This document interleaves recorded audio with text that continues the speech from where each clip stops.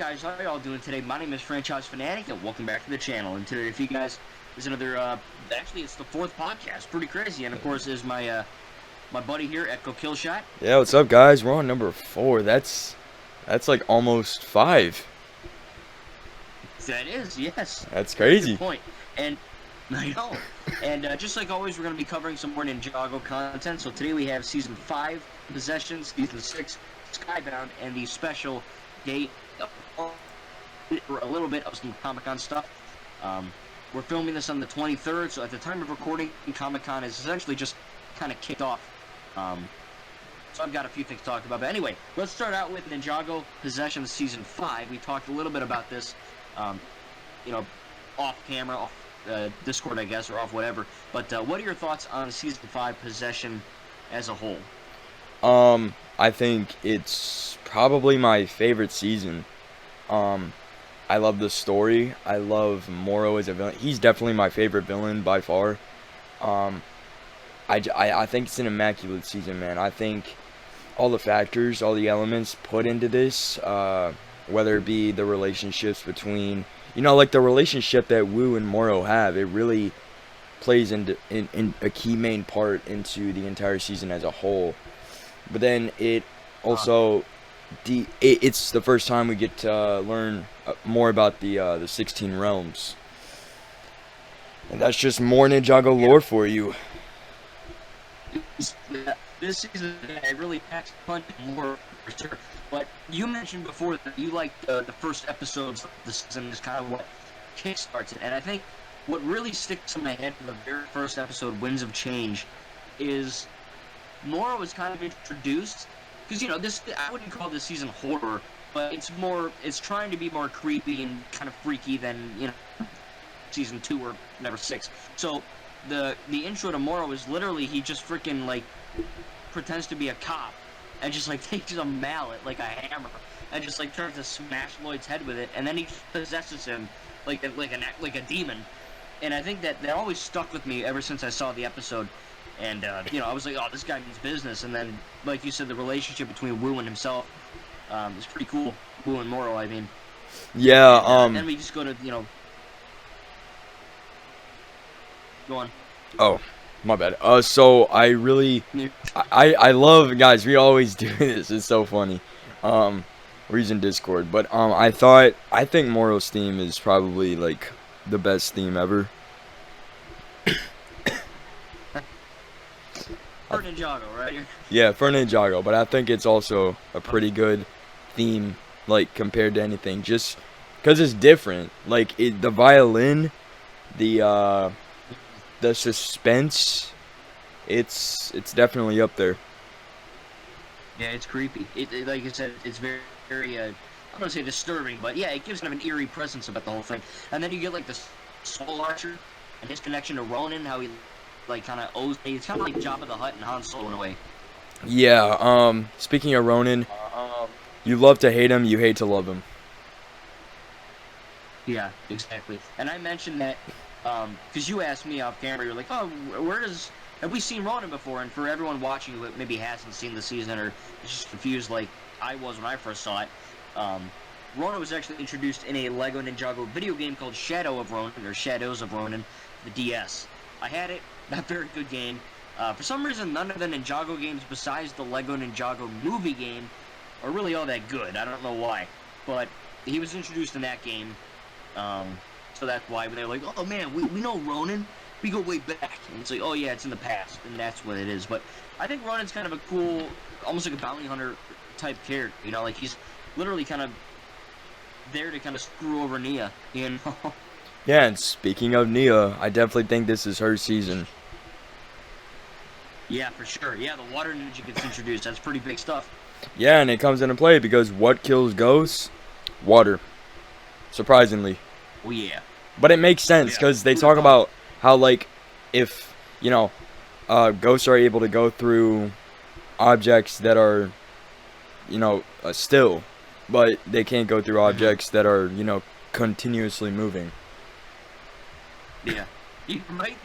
Even the writers are like, man, how do we introduce, how do you say Nia is going to be the water ninja, and she can destroy ghosts without just seeming weird and kind of cliche.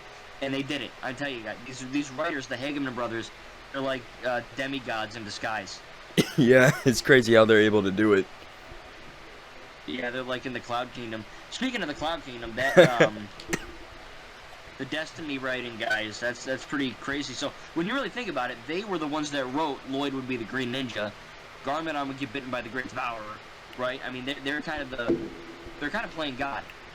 Literally, like, I was genuinely shocked, because all these seasons, okay, I was never thinking, oh, who's the higher power, but, like, the fact that everything and all they had to do was write it, and there's a really funny part where, I believe it's Jay who messes up, like, gets ink everywhere all over the piece of paper while somebody's trying to write Darrett's Destiny, and then, you know, because it's all sloppy and messed up, thanks, Jay, Darrett gets in a car crash. Which shouldn't be funny, but because it's Dareth, it is, you know. And then, what is it, like oil or something pours on him? Yeah, I was gonna say like cow manure. That would have been real funny. Yeah, maybe you might see cow manure in a later season. I'll just say that. I will look out for that. Some kind of manure at least. So for Cursed World Part 1 and 2, right, where it's kind of all at a big climax here, I think that well, alright, I'll touch upon that. I wanted to touch upon something else. We'll get to it. But the end of the season, with MORRO's defeat, kind of slip and slide all over the place, but for MORRO's defeat, I think that was really cool how he didn't necessarily, we were talking about this, he didn't necessarily turn good, but he didn't really stay bad either. He just kind of poofed into nothing. Yeah, but when we eventually get there in the podcast, Day of the Departed, I do have something to say about this, right here, if you know what I mean. Okay. But yeah, I thought they did MORRO great. I mean, the way that he just goes down with his ghost crew, you know. I mean, what's that? I keep forgetting, the preeminent, right? She's just using houses as, you know, freaking armor, you know, because the final battle takes place in the city of Styx, right? Which is a weird name for a city, but nonetheless, there's a big giant monster, right? There's a big giant monster in the city, and it's surrounded by water. It's like a moat almost. And then, you know, because she's trying to get to the steamboat, I thought that was pretty cool how they handled that. Like this, the ending, the 2 final episodes are literally like, I don't want to say Avengers Endgame level, but they remind me of it. I think every season's final battle gets progressively better, and it just gets more intense and hype. And, you know, when Lloyd goes into the preeminent to, you know, destroy it, he ends up finding his dad, because at the end of the last season, Garmadon is thrown into the Curse Realm. So I love that. I love that. Yeah. No, it's cool, because I told you before, every season has a different story, but everything still connects in a way. You know, it's not like we never saw Garmadon again, and you see him in this, and it's kind of an unfortunate fate he meets, but, you know, I guess it's kind of like Kylo Ren, in a way. It's like, you know, people are like, oh, Kylo Ren should have lived. It's like, well, if Ben Solo was alive, everyone would just hang him. He would just get executed, you know what I mean? People don't like Ben Solo. People don't like Garmadon. So I think that was a pretty fitting end. Yeah, and it also makes me question whether I like Wu or Garmadon more. And Garmadon steals the show for me every time. I think he's the better brother. Just in terms of giving life lessons. Like, you think Wu do that? Oh, yeah. Wu is better giving life lessons to the team. I remember this was all the way back in season 1, where he tells a ninja, he gives them a riddle to solve, and you make your enemy your friend, right? I thought that was done great. I think Garmadon is a really good, not only because he's his dad, but a really great role model for Lloyd. Like, kind of got emotional. Wu gives mastery lessons, but Garmadon gives father lessons, and I think those are 2 different types of lessons. Yeah, and Wu needs to get to work if he's gonna be a father. He needs to get to work with Misako. Misako. Yeah. Now, before we go to season 6 here, because we have a lot to cover in this one, I want to quickly mention Cole turning into a ghost. I think that was pretty ballsy. I mean, they must have balls of obsidian to do that, because not only is he a ghost in season 5, he's a ghost in season 6. They don't resolve that in the next season. So I think the writers really wanted the viewer to understand that choices have consequences, right? Not everything in this show happens and then just gets immediately resolved in the next episode, right? Sometimes they do. This one didn't. And I think that was a really cool thing that, you know, because you put yourself in a situation where the writers are probably like, oh, let's turn Cole into a ghost. And then 5 minutes later, they're sitting there going, well, what the hell do we do now? You know, like, how do we essentially gave a ghost on the ninja team, so now there's like an invulnerable guy. Oh, but now we can't touch water, you know, so they have all these really cool ideas to play with. Yeah, and he took one for the team too. I think Cole is one of the best developed ninja. Like, you'd think he, you know, based off of his voice and based off of, you know, his hairstyle, you'd think he'd be douchey, but really on the inside he cares for his friends, his brothers, the people that he loves, and you can really see that, and I love that, because he literally risks becoming a ghost to get the scroll. Right. I thought that was really good. And then I forgot to mention Airjitsu. That's not really, for some reason you'll see, it's not really that prevalent, but for this season it's a big thing. I think Airjitsu is pretty cool. Yeah, I want to fly. Kinda. I don't want to, like, you know, go round and round while I do it, because then I might throw up. But, you know, I want to fly. Yeah, right. Cyclone Do. Yeah, Cyclone Do.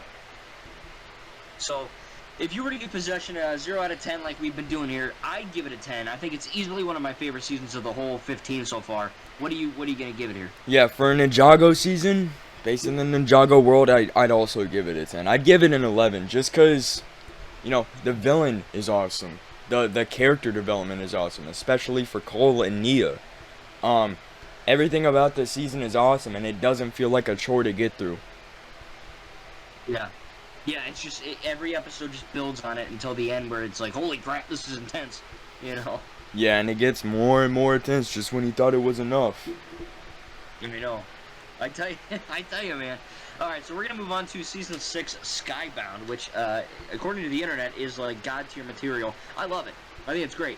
But I don't know if I'd necessarily give it a 10. But, from what I remember, I'd probably give it like a 9, maybe. I really enjoy it. You know, it's just not my favorite, but I do really like it. So what are your thoughts on Skybound real quick here? I think it's a pretty good season. I thought Nauticon, he's many things, okay? And you know, especially the whole part where, you know, he gets his crew back and he takes them back to his realm where his father is, and it's just all falling to shambles. You know, and his father tells him to avenge the Jin race or whatever, you know. Start fresh, you know. Yeah. I wish he was more a bloodlusted villain, a bloodlusted manipulative villain. He's definitely manipulative, okay? That's something that I love about villains, how manipulative they can be, how they can connect with the protagonist, how they can give them a different perspective on things. And that's, you know, I'm not trying to compare the two, but that's something I think Heath Ledger's Joker did. I like Joker as a terrorist because Joaquin Phoenix's Joker, he really gives the protagonist a different point of view on things, on what it's like for them. But in this case, Nauticon is power hungry, and that's why he's manipulating the ninja. And I will say this, the fact that he's able to manipulate the smartest being on the face of Ninjago is crazy to me. It's crazy to me, and they're doing it while playing a chess match. And one by one, he's picking off the ninja. And guess what? At the end, it's all up to Jay. And this leads to my next point. This is a very Jay-focused season, and oh my gosh, Jay and Nia, oh my gosh, I love that. But what do you think? Well, going back to Nauticon, I think that you mentioned he's manipulative. He's also very manipulative of his crew. He's just backstabbing his crew every 5 freaking minutes. You know, Clancy, the gun yes.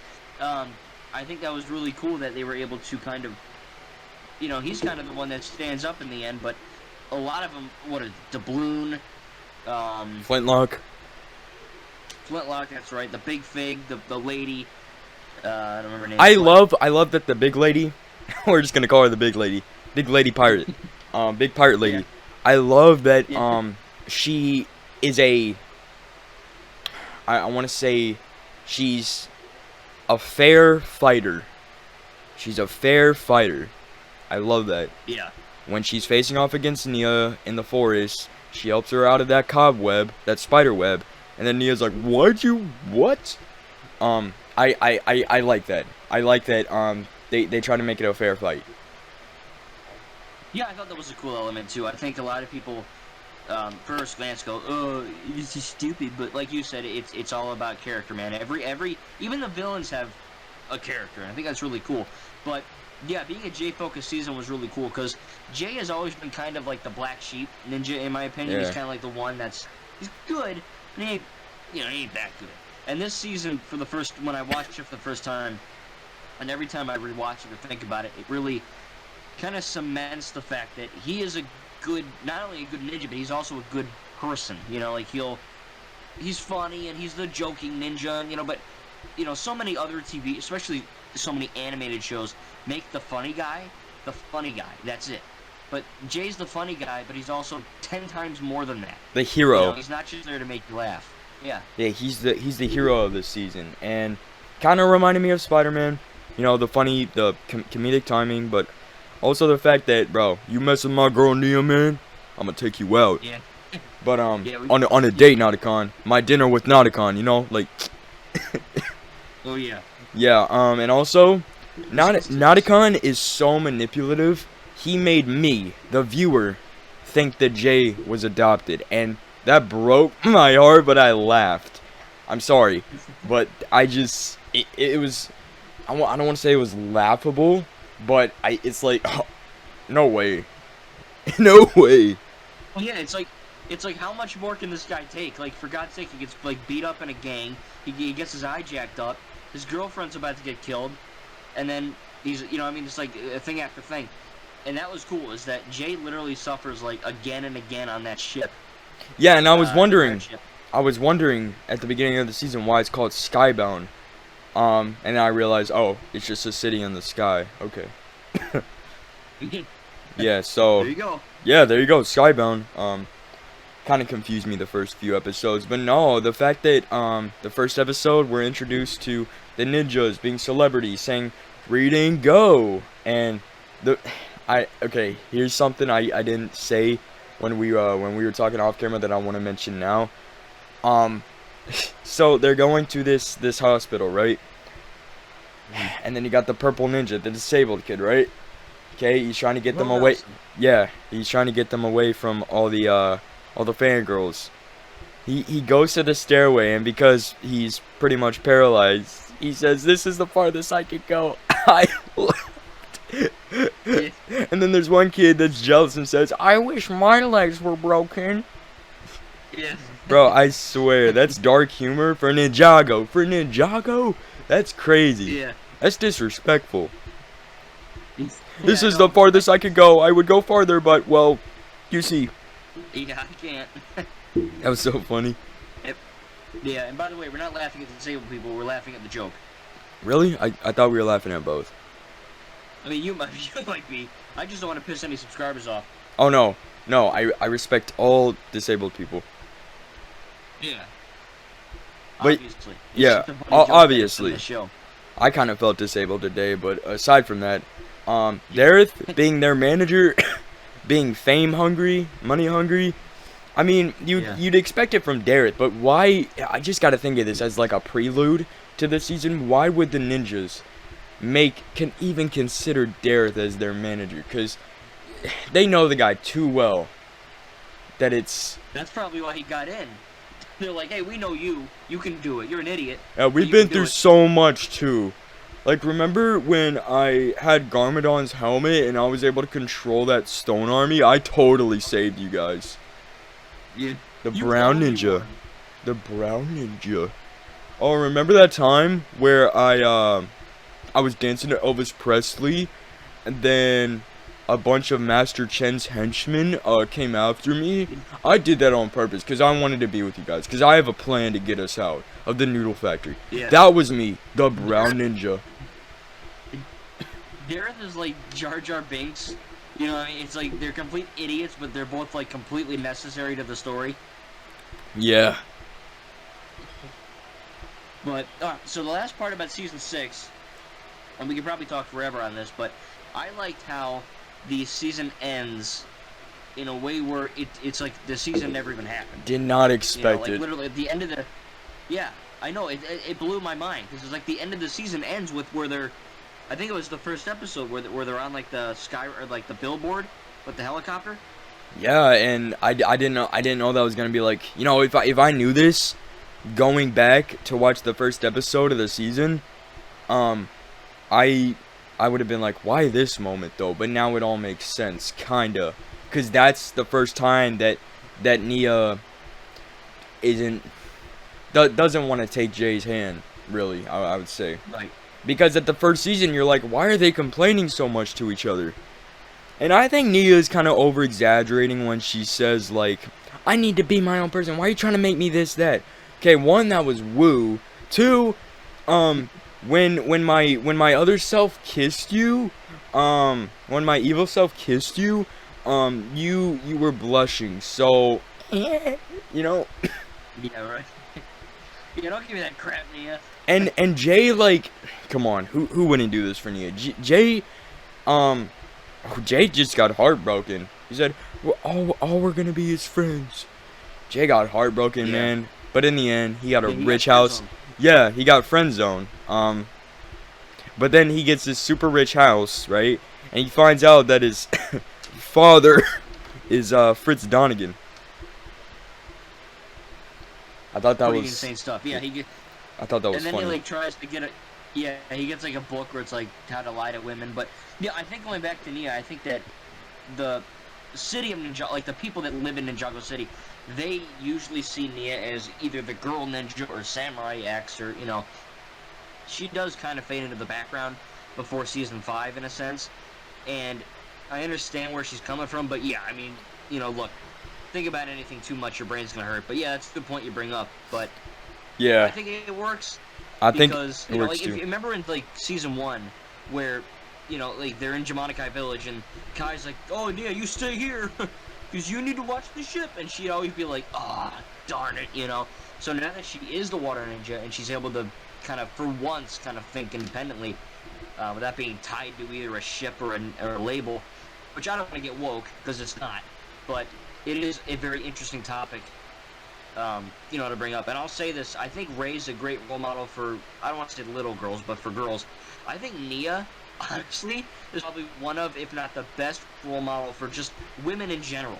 Like, she's just a great character to relate to. And I can't, but she is a very well character. Yeah, no, definitely. I wish I could relate to her, you know, especially Yeah. up close. I mean, we all feel lonely sometimes, but, I mean, I'm not a girl.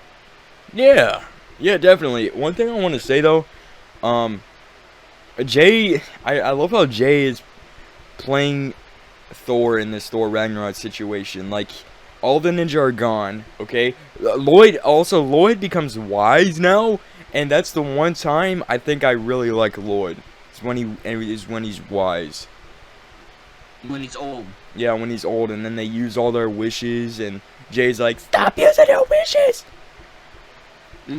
But when he forms the Revengers, you could say, he gets the chief of police, he gets Ronin, he gets Skylar, he gets Dareth, he gets everybody. It's an unstoppable team, don't get me wrong, but I mean, I did not expect that. I thought that was pretty funny. And Captain Soto. Yeah, and Captain Soto. Captain Soto is funny, man. Yeah, he's got, what did he have, like, the freaking, they're like, everyone be quiet. He's walking around with, like, a horn for a leg. Yo, I laughed whenever they were breaking out of prison in that episode. Is Guano, he's like, and then Kai's like, really? That's so funny. Yeah, that was. So, what would you give season 6? Anything you want to say on it before you give it a final score? Once again, I think I like MORRO more as a villain in this one more than Nauticon. Nauticon is still a great villain. I think this season overall is fun. It's enjoyable. And I'm not gonna lie to you, the last few episodes, and maybe just because it felt like a long season, but it did kind of feel like a chore to get through like 2 of the episodes. I don't know because it wasn't at like a time where I was like super invested to where I'm like, oh, I got to keep on going. But you know, I thought I never underestimated a Ninjago episode. Yeah, they pull the rug out from under your feet when you're not even looking. Yeah. But 1 out of 10, I'd probably have to give it like a 9.2, 9.3. It's like I said, it's still a good season. Anything over 9, which I've pretty much given every Ninjago season on every single one of these podcast episodes, I think it's great, and it's good that they haven't missed yet. Which I mean, Franchise Fanatic told me that season 8 won't hit as good, but I hope you're wrong. No. Season 7 won't. Season 8 is the best season ever made. No, you said season 7. That's what I'm about to start watching. Yeah. Yeah, season 7 is my least favorite. I don't hate it, but yeah, we'll get to it next podcast. So, the last Ninjago bit of news here, or bit of discussion we have, is Day of the Departed, which is between season 6 and 7. It's kind of like a 40-minute special, and this, without a doubt, is probably tied with Hands of Time as my least favorite thing in the canon. But I have good things to say about it, right? I don't hate it. But when you told me, it sounded like you freaking liked it. So just tell me about it. What did you think? Well, first I want to say that I tried to get this on a Google Drive for free, and you know, I mean, I still ended up having to pay $4 for it, but yeah, it was worth it. So I love Day of the Departed. Well, I like Day of the Departed because it brings all the villains back. It brings Sensei Yang back, which I said this, I don't think we talked about Sensei Yang yet in this podcast episode. Not as much as I wanted to, at least. We talked about it off camera though. So I wanted to learn more about Sensei Yang because he was really only there for like 1 episode, 1 or 2 episodes, and we got that. And I'm happy that it's coal based, but also involves all the ninja. Because each villain, like when Yang like recruits all the villains, and Pythor isn't even dead, and he volunteers. Like I thought Pythor was gonna be more good, but no, man. Bro wants to go after Lloyd because he's butthurt. Yeah, that's for sure.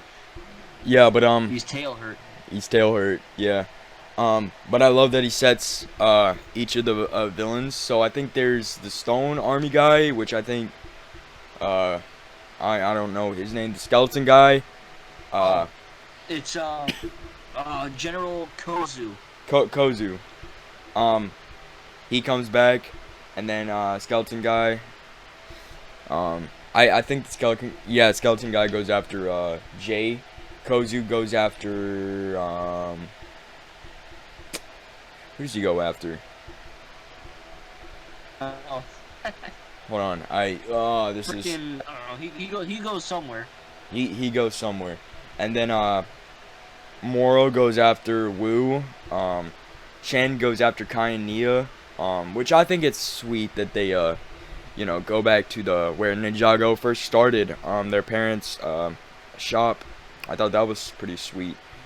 And then there's like a couple more. I'm having a brain fart right now. The point is, I like how they brought every one of them back. Now I think it's kind of creepy that you have a museum for display for like all these villains, which they look pretty real, but especially Cole trying to like there's like big consequences if Cole doesn't beat Sensei Yang, but obviously Cole is such a badass that he takes care of all the students. He even tries to like convince one of them to like let him free, but obviously they're in a trance. Yeah, Chuck. But I love that. I love Cole using his spinjitzu while he's in ghost form. I thought that was pretty cool, and Yeah. especially when he's fighting Yang and they're having this like almost back to back like talking. Like I love that too when the villain and the hero fight while they're talking and explaining their motives. Sensei Yang is like, I have to do this. I have to go back to my physical form. But it's and I love how Morro. No, I have to. Yeah. I love how Morro though. Come on, Morro turns good. Morro turns good in this because he's definitely more friendly. Like I genuinely thought he was gonna come back for revenge, and even Sensei Wu was shocked. But man, I just loved Morro. Like even just the snippet that we got, I love Morro in this, man. I love that he turned good pretty much for the most part, and that he just goes and drifts off away. Such an epic hero moment. Probably because, like, you know, big hero moment for sure. I think that, well, like, whenever one of the brought back, whenever Yang, I don't know how to word it, when a villain ever died, their ghost kind of leaves their body, and because Morro's already a ghost, he just kind of like peacefully goes away. I think that was really cool. Yeah, I think that was a good ending. For Morro. And then Yang, you wanted to talk about Yang. So I think Yang is pretty cool. I think, I mean, he created Air Jitsu. He was in Season 5, of course. And this one, he kind of, like you said, we get to see more of his backstory and kind of more about him. And I think it's cool that we get more characters that aren't just Sensei Wu. You know, we get more elemental, or not more, more Spinjitzu type masters in there. It's like, you know, you can't tell me the only guy who knows stuff is Wu, so I'm glad they did that. Yeah, and I don't know why, but Sensei Yang sounds more English. Like, not as, like, you know, doing, dong, dang, doing, doing. Like, not as elderly. Yeah, I think Yang served a great purpose for a short amount of time. And then Cole reminds him that you created Air Jitsu, which kind of makes people sick, but you did that. Nobody's going to forget you. And, you know, I think it was in Coco, but I think what he was so worried about is that the more people forget you, you, like, drift off out of the afterlife into the deep darkness of the giant void. I don't know. But, it was a great send-off for Yang, and, you know, Cole, you know, is like, what are you doing when he's trying to, like, save them both and get them back to their physical form? But then just in the nick of time, you know, Yang is like, nah, bro, somebody has to still be here, and it's gonna be me.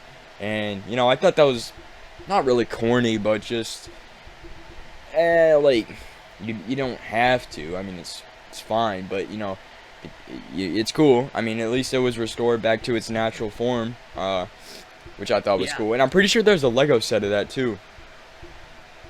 I'm not sure. It's funny, I wish I had more Lego Ninjago sets. I have a lot of the dragons, but because they're dragons, they take up like an ungodly amount of room on my shelf. Oh, really? Because the freaking wingspan is like super duper wide, but yeah, so I think my issues with the Day of the Departed special, I think the writing isn't as sharp. I think that it's kind of boring because Cole's just kind of like sitting in like captivity for half of it. And I do love the fight scene when he beats up all the students. I think that's really well done.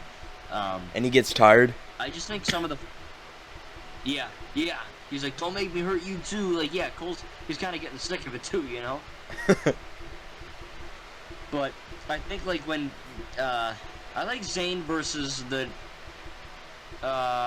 General, what's-his-face, the Nindroid. Crypto. I don't know, just some of the, like Chen versus Kai Nia was kind of boring to me. Like, he just kind of, like, shoots a missile and then that's it. You know, so I think, like, some of the animation seemed a bit lazy to me. Especially because, like, Season 7, which you'll see, really good animation, but also kind of really bad animation. So it's kind of all over the place, but I do honestly think that it's kind of an underrated special, Day of the Departed, because, you know, a lot of people hate this online.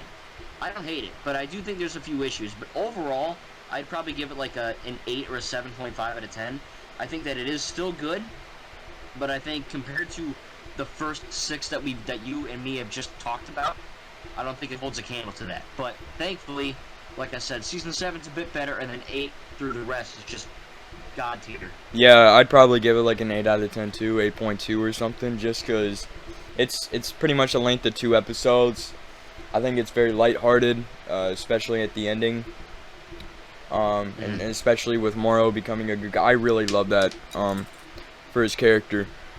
But yeah, I really think that it's an underrated special. I haven't seen all the other specials yet. I know there's like the island and then something else, I think. But yeah, I'd say for like a 2 episode length special, I think it's pretty good. And it's not like a whole season length, so I'm gonna have to like dumb it down to like an 8. But yeah, I think it was good. Now, last thing about this here before we move on to Comic-Con for a little bit here, what do you think about Cole getting a scar? Because that's going to play a pretty big role in the later seasons. Yeah, so I saw that. I was like, that he gets a scar, you know, because I saw it when it was the closing shot. And I definitely, now that you brought it up, I can't wait to learn more about that in the coming seasons. Yeah, it sets up a pretty cool thing, and I think you're going to like it. So, that is Ninjago, guys. That is Season 5, 6, and Day of the Departed. Great stuff. Glad I'm talking about it again. Any chance I can talk about Ninjago, I'll effing take it. But now we're going to move on to Comic-Con. So, it's currently happening right now. Apparently tomorrow we're going to get some Ninjago Crystallized news, Part 2. We're going to get a bunch of crazy stuff. Some notable stuff I want to talk about, or at least I don't know if you've seen them, but I saw the trailers so far, and I'll try to link them in the description of this video.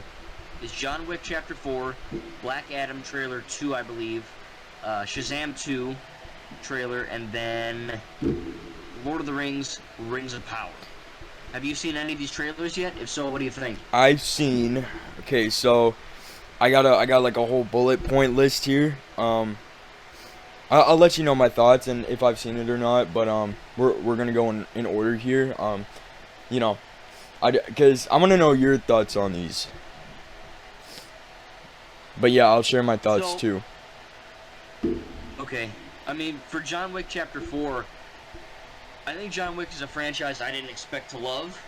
Mainly because when it came out, I wasn't allowed to watch it, and I was like, oh well, watch it. The hell with that, But once I was 17, 16, whatever, I think I was like 18, honestly. But ever since I saw them, I was like, oh, these are actually like the trilogy is like they're probably one of the best action movie franchises of all time. Like, the action scenes are brilliant, they're well shot, the movies are pretty good. Keanu Reeves isn't that great of an actor. He's just kind of going, yeah, a lot. That's kind of it. But I'm back.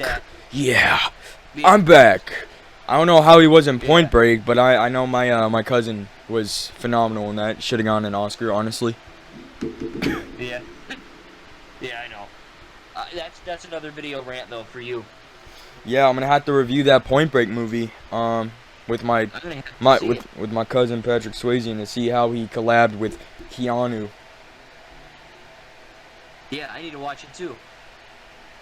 Yeah. That's funny. I forgot about that movie. I see he's good in Matrix, but John Wick, he's just kind of whatever. But I think it's a good franchise. Chapter 4 looks very freaking awesome. It's like it looks very almost like Asian inspired with like the katanas and the samurai fighting. Yeah, it's really cool. I saw that they're going to like I saw this on like a tweet.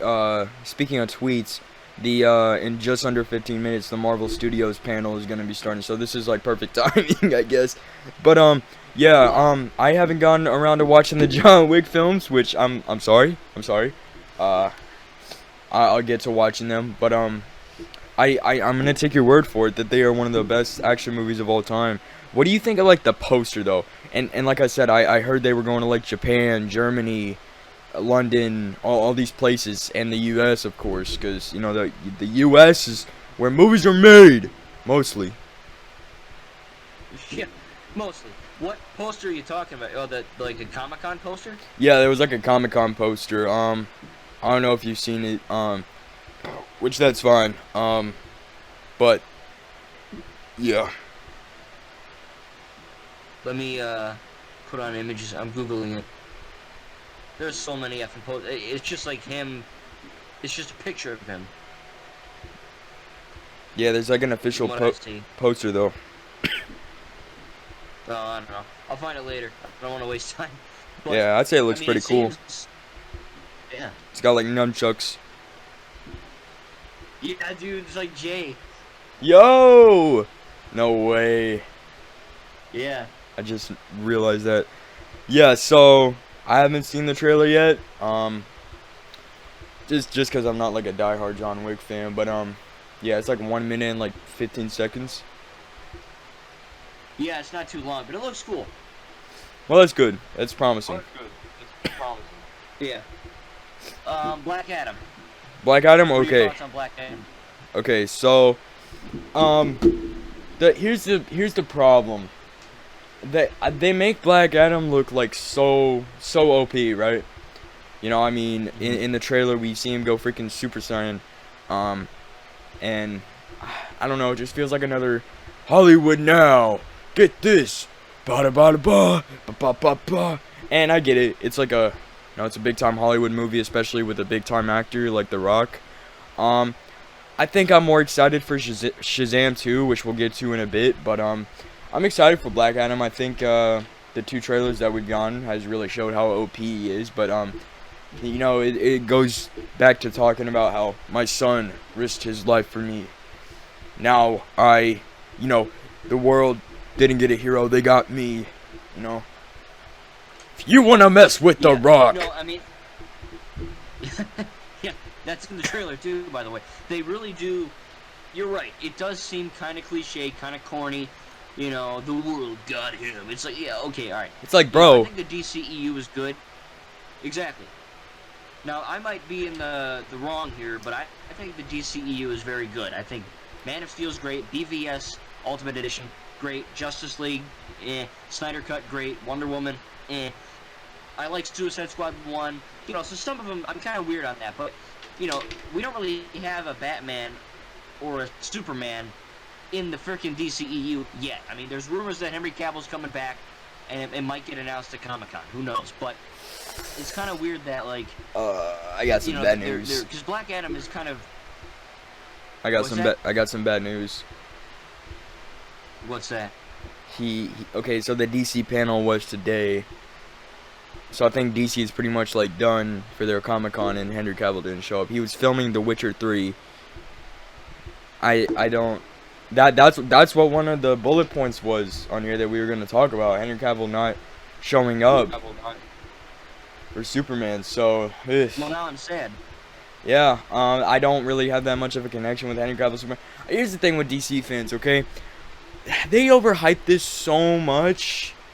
Look, I'm not trying to be like a sour face or a doubter, but I don't think it was ever going to happen. I mean, yeah, you got these articles that say, oh, like, yeah, 99% of, you know, or not, this article page is 99% correct all the time. Well, it doesn't mean I should really take its word for it. I mean, we don't know.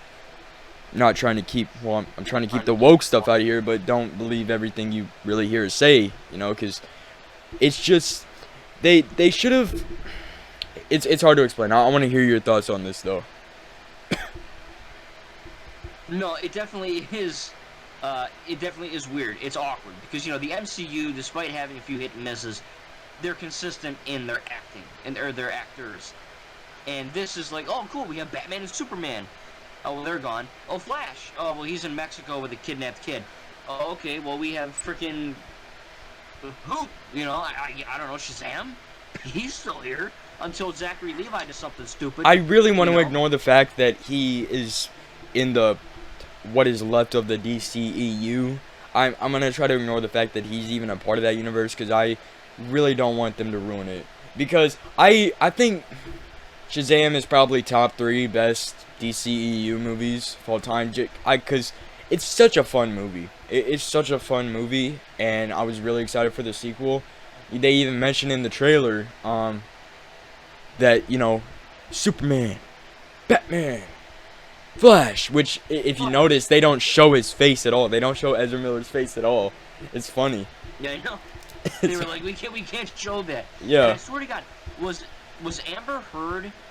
Was she in the Black Adam trailer? Because I swear to God, I saw someone that looked just like Mara. Yeah, no, that she's played by that one girl from the West Side Story movie. Mara? The so one. They have a different actor?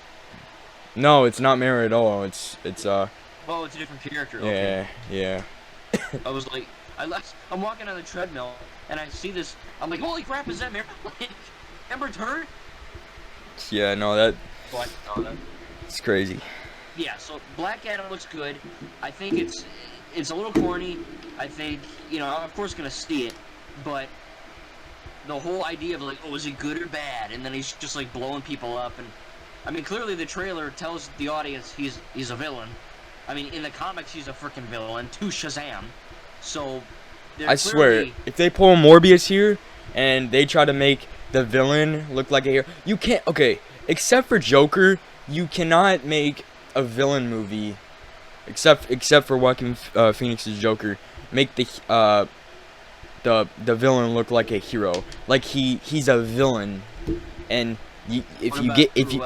Cruella. That was good. That was good. I didn't really see her as a villain in that movie though. Yeah. Because I actually agree with her on some things. Yeah, yeah. But no, yeah, I mean, I'm excited for Black Adam. I was a Black Panther, but it's weird. It really is weird because, like, you look at you want to like rewatch the DCEU to lead up to it, but then you're like, oh wait, there's no Batman, there's no Superman, there's probably not gonna be a Flash after his movie. So the DCEU is practically in shambles. Like they're literally like disintegrating as we speak. Yeah, and I'm sorry to. Oh, go ahead. I'm sorry. No, you're fine.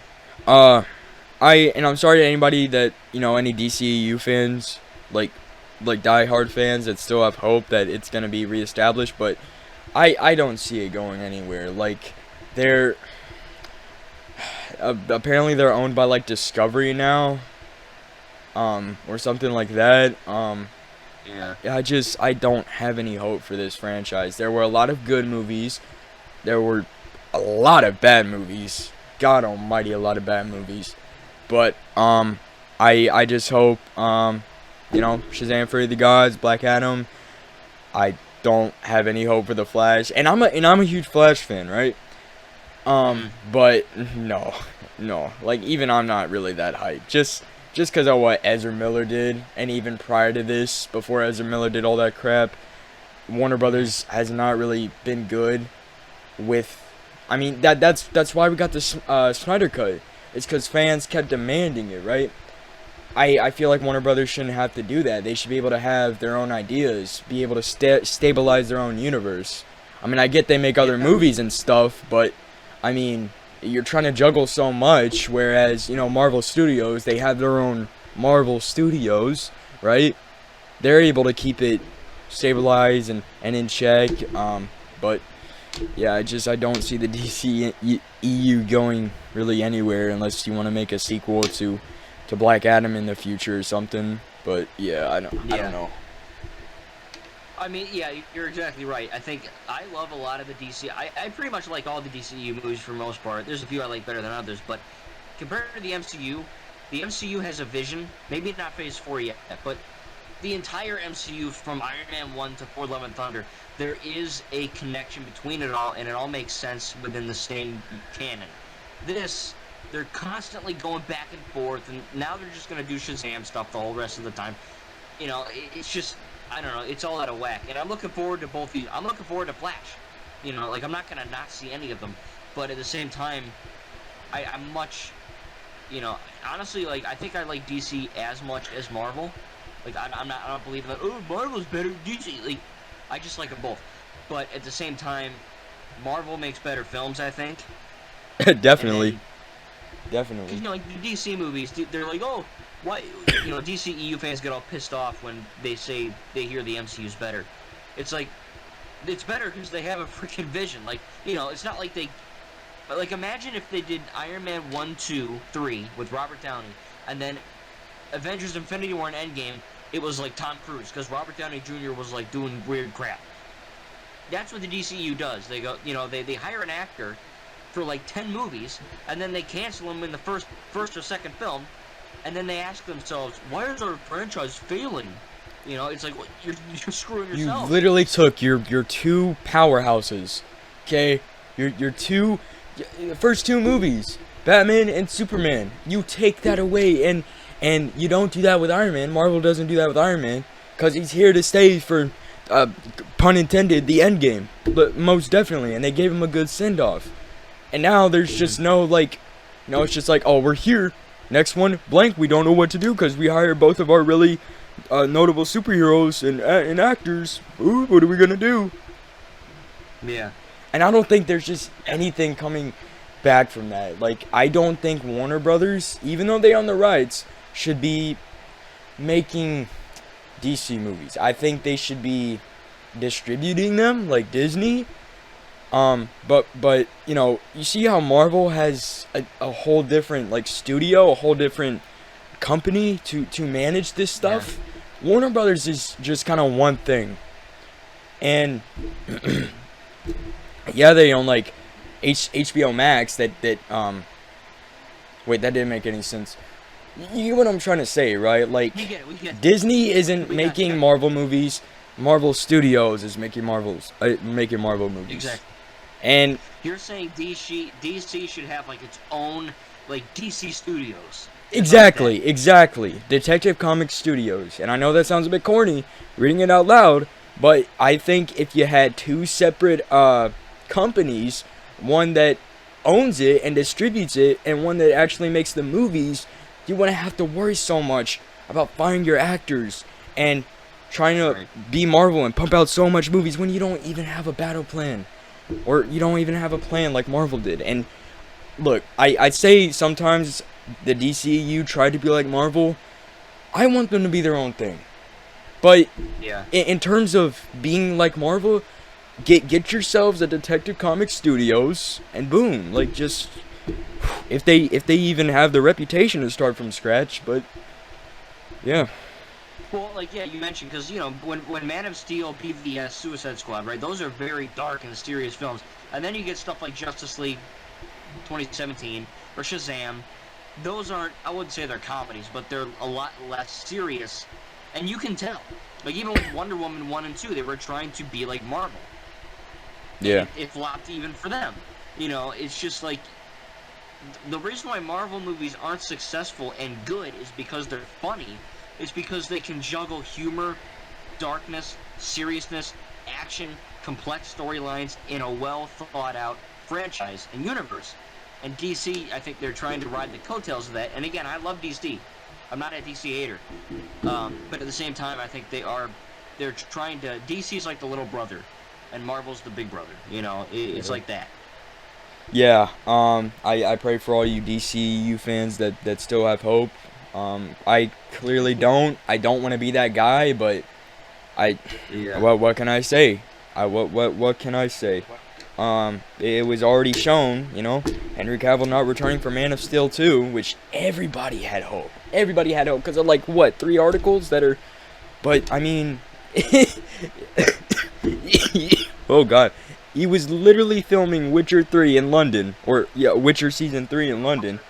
I just think that's kind of hilarious. Like, y'all didn't know that? Y'all didn't do your research on what Henry Cavill was doing? So I just looked it up, and apparently it says here, Black Adam, right? This is today at Comic-Con. Dwayne Johnson got a bunch of boos from the audience, so they all went boo. They all booed him because he said Superman, Henry Cavill failed to appear, like you said. But Johnson says Superman is still key to disrupting DCEU's hierarchy of power. So, yeah, he wasn't there, but apparently he's not. It's still canon. This is reminding me of the Morbius thing, right? When they showed Spider-Man, but he wasn't even in there. Dwayne Johnson said back when DC had its first, own like Comic-Con, right? I forgot what it's called, but DC had its own Comic-Con. Well, the Fandom. Yeah, Fandom, right? And we got our first little look at Black Adam and says that the hierarchy of power will go against Superman. You know? So Dwayne Johnson is definitely a liar, because I mean, Yeah. I don't want to say he's a liar, because you know it's one thing coming back as like a cameo. It's another thing coming back for like a whole movie, but I think it's neither. I just think Henry Cavill is done because he got treated so badly in the studio. Yeah. But he's my favorite Superman. Anyways, we gotta move on from DC because we still got a whole lot of stuff to talk about. So I Am Groot, 5 short, you could say five little shorts, okay, and Vin Diesel gets a fat paycheck for saying 3 words. Well, what are your thoughts on that? Well, Groot's not a baby anymore. He's a teen. I don't And think this is canon apparently though. Canon. Well, it is. Oh, I didn't know I that. think it's just taking place before he's like a kid. He looks younger. Yeah. And we got our first trailer too. Yeah, I saw the trailer. It just like, I mean, it looks fun. You know, I mean, it just looks kind of it looks different, but it's definitely not. You know, it don't look bad. I don't know. Apparently, James Gunn clarified that it could be canon. Could be. Okay. I don't know, to make it like not confusing, let's just say it isn't, because then the whole MCU timeline's gonna get jacked up again. But it looks fun. Yeah, it looks fun. I mean, we're just gonna be hearing "I am Groot, I am Groot, I am Groot" for like 5 episodes. But you know what? It's Marvel. I'll still watch it. You know, we'll see how it does. But yeah, I don't think there's much more to discuss about that, except if like they were to make a season 2. But speaking of season 2, what if? Yes. Okay, why are people hating on the fact that What If is getting a season 2? And why is this on the lowest rankings of MCU TV shows? Like, oh, it really did nothing to the MCU. Okay, first of all, it wasn't meant to be in the MCU. You knew that coming in. And good criticism is based on what you get, not what you want to get or want to see, okay? Yeah. And that's a really good life lesson for movie nerds out here. But it was a fun time. It was good scenarios, and we get even more of that. And to be honest, it's coming out next year, early next year. That is great, because I thought season 2 was gonna come out in like 2024 or 2025. And to be honest, I'm excited. Like, they're gonna put that Tony Stark episode, right? He was on Sakaar. They're gonna put that in season 2. It was supposed to be in season 1, but you know, we're still getting it. But and we're gonna get like some hella stuff. I'm pumped for that. I don't see why people are not pumped for that, because it's a fun show. It's a fun show. Why are they not pumped? They're not pumped because it's an animated show and everyone thought it was for little kiddies. Oh shoot. That's why. I know for a fact. Because it's funny, because I've seen it, and it's definitely not a kid show. Like, it's literally the same rating as an MCU movie. It's for teenagers and up. It's not for little babies. Especially that Doctor Strange episode. Holy darkness, that was dark. I hate people. Okay, no, I don't hate people, but I hate people that think... Okay, I hate the people that think that an animated show it's just gonna be for kids. It's just gonna be for kids. Dude. Okay, Invincible. That's a TV show on Prime Video. Oh my gosh, it is gruesome. It has like so many bad words in it, and I actually have the first 40 issues, and it's gruesome. It's just as gruesome as it is in the comic as it is in the TV show. And then Sausage Party, that was an animated one, and we all know it was more of a comedy, but that's not for kids. So people that say that, look at those 2 shows and movies, and keep telling me that What If Season 2 is just gonna be for kids, because it's animated. Like, aside from that though, the animation does look good. I love the animation style. No, I mean, I enjoyed season 1. I can't wait for a part 2. But yeah, I'm gonna make a video soon about that, because that whole animation stigma really pisses me off. I think you did. I think you did 4 times. And now I guess you're gonna make another one. Yeah, I'm gonna make a 5th one. Yeah. Now we got some Spider-Man stuff, okay? Spider-Man freshman year. I don't know anything about that. So apparently this is canon to the MCU. This is like a prequel to Homecoming and Civil War. Okay? And get this. The villains are gonna be and the mentor, instead of it being Tony Stark, this is canon by the way, it's gonna be Norman Osborn. Dr. Octopus is gonna be in the show. Okay? He's gonna be one of the villains. Ned and MJ are nowhere to be seen because we got some images and it shows like, oh, Peter's friend group. And Ned and MJ were nowhere to be seen. So, is this canon or not? Because they said it was canon. That is so confusing. I think it is. Well, because Peter met MJ and Ned in high school, and this is before high school. No, this is freshman year. Oh, yeah. Then I don't know. Yeah, I mean, no, this is confusing. I'm imagining the MCU is so freaking confusing, it's unreal. So I think that I think they'll find a way to make it work. Yeah, I'm excited for it because it's kind of gonna be like What If. It's gonna give us like a classic comic book style, like real classic, like Spider-Verse, like out of the comic book. So it's gonna be an animated show, and they already confirmed a season 2. So it's gonna be Spider-Man's sophomore year. What the hell? Spider-Man: Homecoming and Civil War take place during sophomore year. Like what? Yeah, it's kind of weird. This is so confusing. But you know what's not gonna be confusing? Okay, since we're done with our thoughts on that, X-Men '97. Yeah. So I've never actually seen that show before, but apparently is it a reboot or a continuation? I want to say it's a reboot. Okay.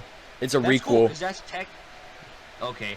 Well, that's the first thing Disney has owned as X-Men. Because a lot of people, look, just for the record, Disney doesn't make Marvel or Star Wars or Avatar. They own it, all right? They don't make it.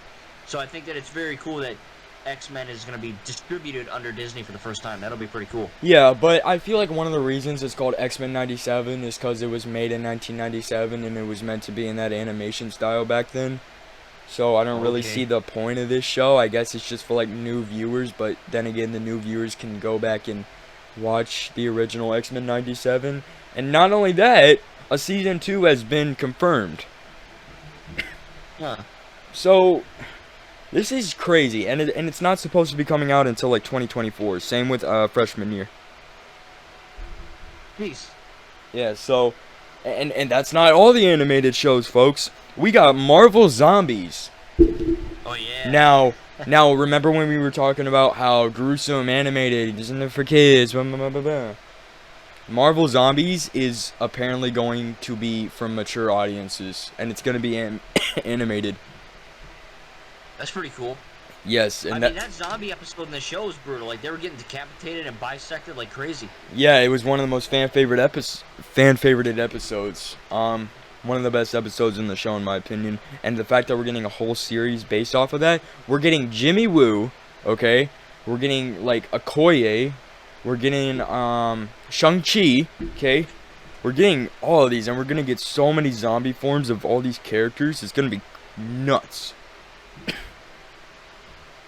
Yeah, dude, I can't wait. Marvel's just getting bigger and bigger. I hope they continue to remain good and they don't drop in quality. But yeah, man, I'm looking forward to it for sure. Yeah, and here we go. This is where you get to shine. Not so much me, because I haven't really finished Lord of the Rings. So no spoilers, please. But Lord of the Rings, Rings of Power. Yeah. So this is we can talk for 6 hours, but we're pushing over an hour here, so this will be the last topic. But yeah, I mean, look, I love without spoiling, Lord of the Rings and The Hobbit it's one of my favorite franchises, period. I think the Hobbit trilogy is better. I know everyone's gonna kill me right now. I just actually finished the extended version of Return of the King, the third Lord of the Rings film, and having seen all 6 extended versions of the movies, the extended versions are the way to go. They're longer by a lot, but they're 10 times better than the normal version. And upon rewatching that, I was like, wow, dude, I'm freaking pumped. Like, this is awesome. You know, the Shadow of Mordor and War Games, they're not canon, but they're fun. Lego The Lord of the Rings and Lego The Hobbit, great games.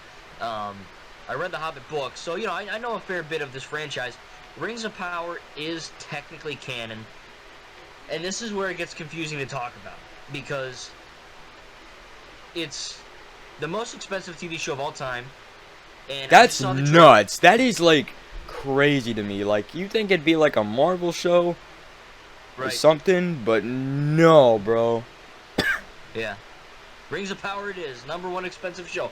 But it looks good, like production value. It looks very good. The trailer I also saw looks fun, and it looks interesting. Because it's during the Second Age, before Sauron and all that, for the ring, the One Ring, and all that stuff. But there's a lot of issues with the canon that they disregard. And it's hard for me to talk about this on YouTube without being called a million names by the certain groups of people. But it is a very woke show. I mean, that's just the facts. They're adding characters, and they're adding things, and they're... Like, Galadriel in the official canon is not a warrior. She's essentially just like a princess, and she just kind of stands around a lot. In this show, she's a warrior, right? They have a bunch of elves of different colors and races and all that. That's not canon. At least during that, during the movies. So they're kind of changing and altering a lot of stuff to appeal to certain groups, which we're seeing in literally effing everything. And it's not good in my opinion, but without getting too political, I'm looking forward to it, but I think it might get slightly ruined because they're disrespecting Tolkien's lore. That's as far as I'll go. Yeah, that's a big no-no because, especially because it's based off of a book. You don't wanna disrespect the legacy. Yeah. Because you can tweet something and delete it and it's technically still there, but that's kind of a bad example. But let's say you write something down on a piece of paper, you can erase it and it's gone forever. When you make a movie, it's there forever. And if you're gonna ruin the lore, 20, 50, 100 down, if years down the line, people are gonna look at it and laugh at it because they tried to do something and it didn't work. Like video games, you can patch a video game, right? That's all. There's an issue. Fix it. We're done. It's over with. Movies, unless you're like Cats, where they like effing patch the shit out of the movie because it's apparently like not done. I hate that movie. I hate that movie with a passion. Jeez. Whatever. Movies for the most part, they are forever. And when you're gonna do the fans dirty like that, you got some issues. Yeah. That's my stance. I'm probably gonna watch it. I might like it. Who knows? But again, man, I love the canon, and what they're doing to the show is kind of weird. I know why they're doing it, and I'm not gonna say why, but we all know why they're doing it. And I'm very much looking forward to it, but I'm also scared. Right? That's my final word on that. Yeah, I can totally understand that. Well, okay, one more thing, because they just released this. It's fine because we don't really know nothing about it. Ant-Man and the Wasp 3, Quantumania. Oh yeah. And the apparently this happened. The two Avengers 5 and 6 apparently got leaked. Like in the data mine or something. So, the first one, okay, is... That's weird. It's Avengers, Kang Dynasty. And then, second one, kind of got me hyped. Avengers Secret Wars. That one sounds cool. Yeah, they got leaked. I don't know if they're true. But Kang Dynasty sounds like a cool title. I don't think it's time for Secret Wars yet. But yeah, aside from all that mumbo jumbo, Ant-Man 3. Quantumania, I mean, what do we know about it? Because all I know is the name. So like, it's... I know Kang's gonna be like a big, a big crazy type of Thanos level threat. Yeah, so, apparently, well, no, it's been confirmed. It's gonna include, Sting. I think her name is Stinger or something. Which is, Scott Lang's daughter. Oh, okay. Yeah, so she's getting some time. And, yeah, we don't really know nothing about the movie except, Bill Murray's gonna be in it. Really? Yep, this is gonna be fun. Yo, what if, this would be disrespectful, but, I don't blame Henry Cavill. What if he signed with Marvel to play, like, Sentry or somebody? And he came out tomorrow at the Marvel, panel, and he wasn't there for DC? Yo, that would be funny. Yeah, that would be. You know, but he deserves justice. And honestly, I wouldn't mind seeing him in the Marvel Universe. He's a great actor. I think he would be a good Captain Britain. Oh, yeah. No, yep, you got it there. Christian Bale. Well, Christian Bale's already gore. Yeah, but he's dead. Oh, facts. Maybe like a multiverse version. Maybe. And before we end here, okay, just one more thing before we wrap it up. Right. Okay, I say this every time. Phase 5 just got. This is Phase 5. Okay, so Ant-Man and the Wasp, Quantumania, Secret Invasion. Okay, Guardians of the Galaxy Volume 3, Echo, Loki Season 2, The Marvels, Blade, Ironheart, Agatha. No freaking way. Daredevil Born Again, Spring 2024. I'm Googling. Hang on. No, I'm seeing this on Twitter. It's official. Daredevil is getting in the show. Yeah, I know, but is it in the same canon as the Netflix, or is it like a reboot with the same guy? Reboot with the same guy. Oh, okay, so see, this is my question, and no one on the internet effing knows. Are the Netflix shows canon to the MCU? Because someone said they were, and someone said they weren't, and then some guy said, oh, they're part of the multiverse, and so I have no clue, because they referenced the Avengers movies, like they referenced the MCU in the Netflix shows, so they have to be, right? Like, do we have a definitive answer on that? I think it's just the characters. I don't know. I don't know either. Like, I don't know, man. That's my one issue with MCU. I don't know what they're doing with Netflix. Yeah, it's weird. But we got Agatha, Coven of Chaos. It was originally House of Harkness, but it's Coven of Chaos now. And then Captain America: New World Order.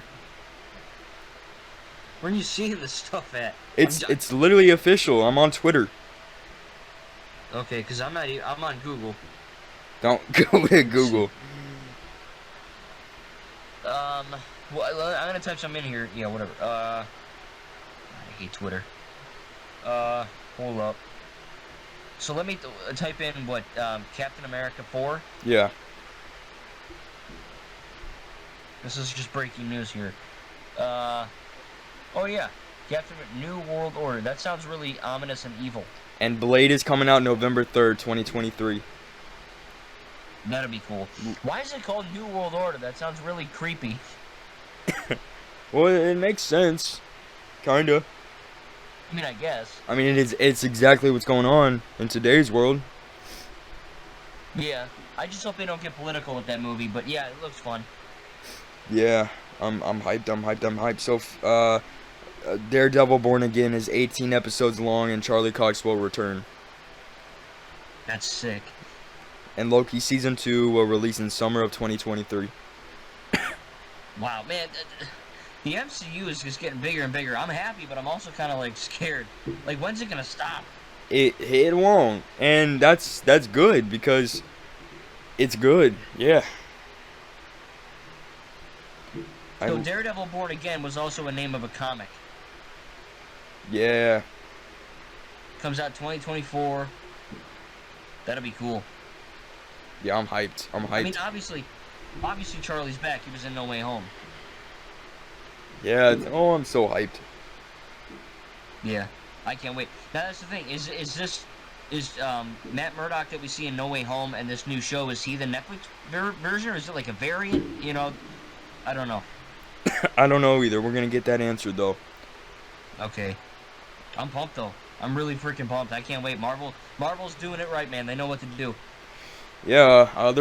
On the other hand, DC.